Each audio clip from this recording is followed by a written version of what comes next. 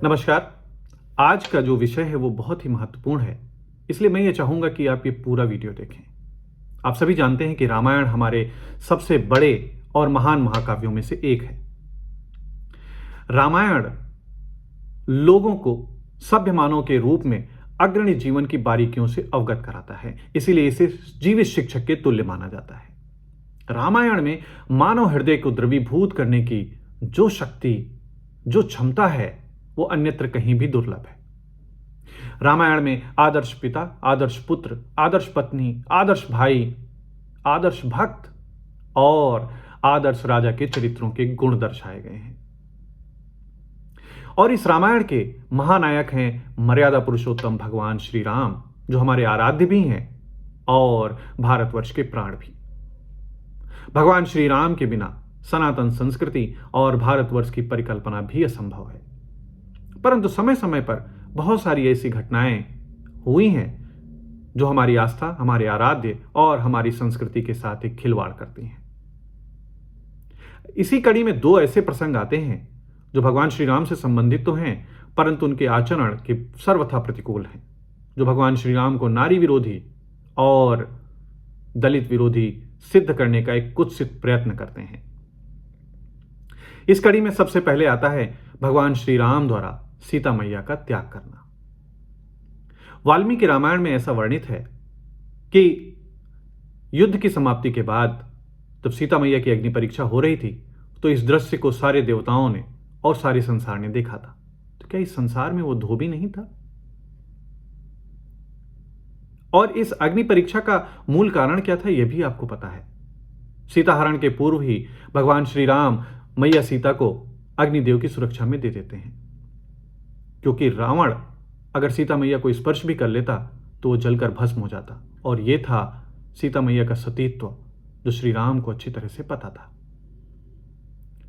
रावण सीता मैया की जो प्रतिछाया थी उसका हरण करता है और युद्ध की समाप्ति के बाद सीता मैया को अग्निदेव से वापस लेने के लिए ही अग्नि परीक्षा की यह लीला प्रभु ने रचाई थी। अग्नि परीक्षा के उपरांत स्वयं मर्यादा पुरुषोत्तम भगवान श्री राम जगदम्बा सीता के विषय में कहते हैं कि विशुद्धा त्रिश्लोकेश मैथिली जनकात्मजा न विहातुम मया शक्या कीर्ति रात्मवता यथा। अर्थात मैथिली कुमारी सीता तीनों लोकों में परम पवित्र हैं।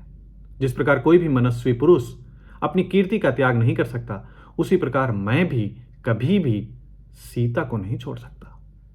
तो ऐसा कहने वाले राम क्या किसी के कह देने मात्र से सीता मैया का त्याग कर देंगे? मुझे तो ऐसा बिल्कुल भी नहीं लगता, क्योंकि राम अपने पिता के वचनों का पालन करने के लिए 14 वर्ष तक वन में भटकते रहे, तो क्या वो अपने वचन का पालन नहीं करते? क्योंकि रघुकुल की तो रीत ही यही है कि प्राण जाए पर वचन न जाए। भगवान श्री राम द्वारा लक्ष्मण को सीता के निर्वासन का आदेश देना, वो भी बिना किसी मंत्रणा के, राम की रीति और नीति के बिल्कुल प्रतिकूल था, क्योंकि राम कोई भी निर्णय गुरुजनों और भाइयों से मंत्रणा किए बिना नहीं करते थे। राम द्वारा लक्ष्मण को यह शपथ दिलाना कि जैसा मैं कहता हूं वैसा ही करो, और मेरे इस निर्णय में यदि कोई भी किसी भी प्रकार से हस्तक्षेप करेगा तो वह मेरा शत्रु ही होगा, यह विरोधाभासी कथन राम के चरित्र से मेल नहीं खाता। वो राम, अब सोचिए कि स्वयं गोस्वामी तुलसीदास जी ने रामचरितमानस के उत्तरकांड में राम राज्य की प्रशंसा की है, और वो सीता मैया की प्रशंसा भी करते हैं। और वो लिखते हैं कि पति अनुकूल सदा रहे सीता, शोभा खान सुशील विनीता, जानति कृपा सिंधु प्रभुताई, सेवति चरण कमल मन लाई। वो सीता मैया सदैव भगवान श्री राम की सेवा में ही लगी रहती हैं। सोचिए, अयोध्या का वो महल जहां कितने ही असंख्य सेवक और सेविकाएं थी, अनुचर थे, वहां सीता मैया स्वयं भगवान श्री राम के सारे कार्य करती थी। निज कर ग्रह परिचर्या करई, रामचंद्र आयस अनुसरई। वो राम जो सीता मैया को यह वचन देते हैं कि राम सदैव सिया के ही रहेंगे। उस समाज में जब राजाओं में बहुविवाह का प्रचलन था और स्वयं भगवान श्री राम के पिता महाराजा दशरथ की 3 रानियां थीं, तब राम सीता मैया को यह वचन देते हैं कि वो सदैव एक पत्नी व्रत धर्म ही निभाएंगे। वो राम सदैव सिया के ही रहेंगे। ऐसा कहने वाले राम सीता मैया का त्याग कर सकते हैं? वो राम जो सीता मैया की प्रतिछाया का हरण करने वाले रावण को समूल नष्ट कर देते हैं, और रावण जो शक्तिशाली था, जो त्रिलोक विजयी था, वो राम जो सीता मैया की खोज में वन में दर दर भटकते हैं और समुद्र के ऊपर 100 योजन लंबा एक पुल बांध देते हैं, जो राम का सीता के प्रति अमिट प्रेम का एक उत्कृष्ट उदाहरण है, वो राम किसी के कह देने मात्र से सीता मैया का त्याग कर देंगे? और स्वयं गोस्वामी तुलसीदास जी ने भी अपनी रामचरितमानस में कहीं पर भी इसका उल्लेख नहीं किया है। मेरे विचार से यह सर्वथा गलत है, और यह केवल राम को नारी विरोधी सिद्ध करने का एक प्रयास मात्र है। दूसरी घटना है शंबूक वध। वाल्मीकि रामायण में यह वर्णित है, और गोस्वामी तुलसीदास जी ने भी रामचरितमानस में यह लिखा है कि अल्प मृत्यु नहीं कवन्यू पीरा, सब सुंदर सब बिरु शरीरा, नहीं दरिद्र को दुखी न दीना, नहीं को अबुध न लच्छन हीना। यानी राम राज्य में किसी की भी अकाल मृत्यु नहीं होती थी और सभी लंबा निरोगी जीवन व्यतीत करते थे। तो उत्तरकांड में यह लिखा गया है, महर्षि वाल्मीकि की जो रामायण है, जो उत्तरकांड जो उनकी कृति बताते हैं, उसमें लिखा गया है कि अयोध्या में एक ब्राह्मण पुत्र की अकाल मृत्यु हो जाती है। अब सोचिए कितना विरोधाभास है कि एक तरफ तो लिखा है कि किसी की अकाल मृत्यु नहीं होती, और दूसरा उत्तरकांड में यह लिखा गया कि ब्राह्मण पुत्र की अकाल मृत्यु हो जाती है। खैर, वो ब्राह्मण भगवान राम के पास आता है और बोलता है कि किसी प्रजाजन के पाप के कारण उसके पुत्र की अकाल मृत्यु हुई है। यदि दोषी को दंड नहीं मिला तो स्वयं राम इस पाप के भागीदार होंगे। भगवान श्री राम अपने मंत्रिमंडल से परामर्श करते हैं, और देवर्षि नारद उन्हें बताते हैं कि एक शूद्र तपस्या कर रहा है जो धर्म के विरुद्ध है, और उसी के कारण ब्राह्मण पुत्र की अकाल मृत्यु होती है। भगवान श्री राम उनकी बातों पर सहर्ष विश्वास कर लेते हैं और वे अपराधी की खोज में निकल पड़ते हैं। दंडकारण्य में उन्हें एक व्यक्ति कठोर तपस्या करता हुआ मिलता है।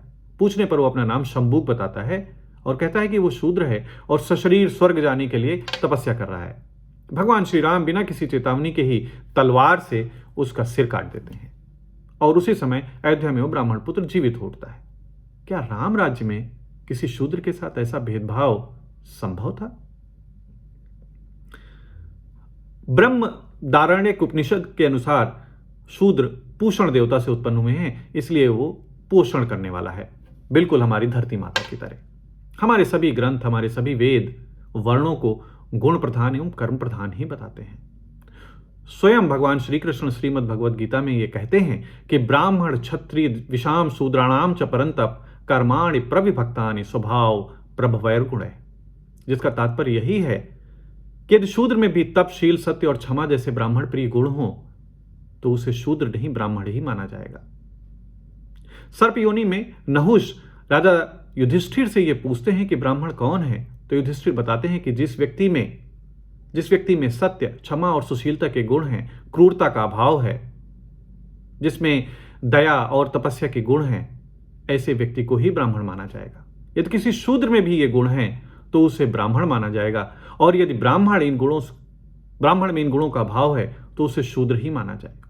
तो जब सारे वेद, स्वयं महर्षि वाल्मीकि और राजा युधिष्ठिर को यह पता है कि मनुष्य की पहचान उसके जन्म से नहीं, उसके कर्म से और उसके गुणों के आधार पर होती है, तो एक आदर्श का जीवन जीने वाले भगवान श्री राम को यह बात नहीं पता होगी, और वो केवल तपस्या करने के कारण शंभू का वध कर देंगे।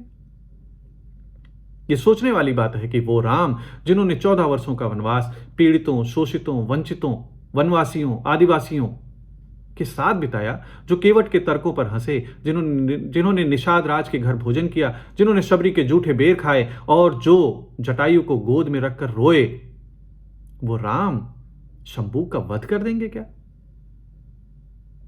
स्वयं निषाद राज के विषय में भगवान श्री राम कहते हैं, जैसा गोस्वामी जी ने अपनी रामचरितमानस में लिखा भी है कि तुम मम सखा भरत संभ्राता। तो जिस राम राज्य में के बारे में कहा जाता है कि सब नर करहीं परस्पर प्रीति, उस राम राज्य में क्या किसी के साथ भी इस प्रकार का भेदभाव संभव है?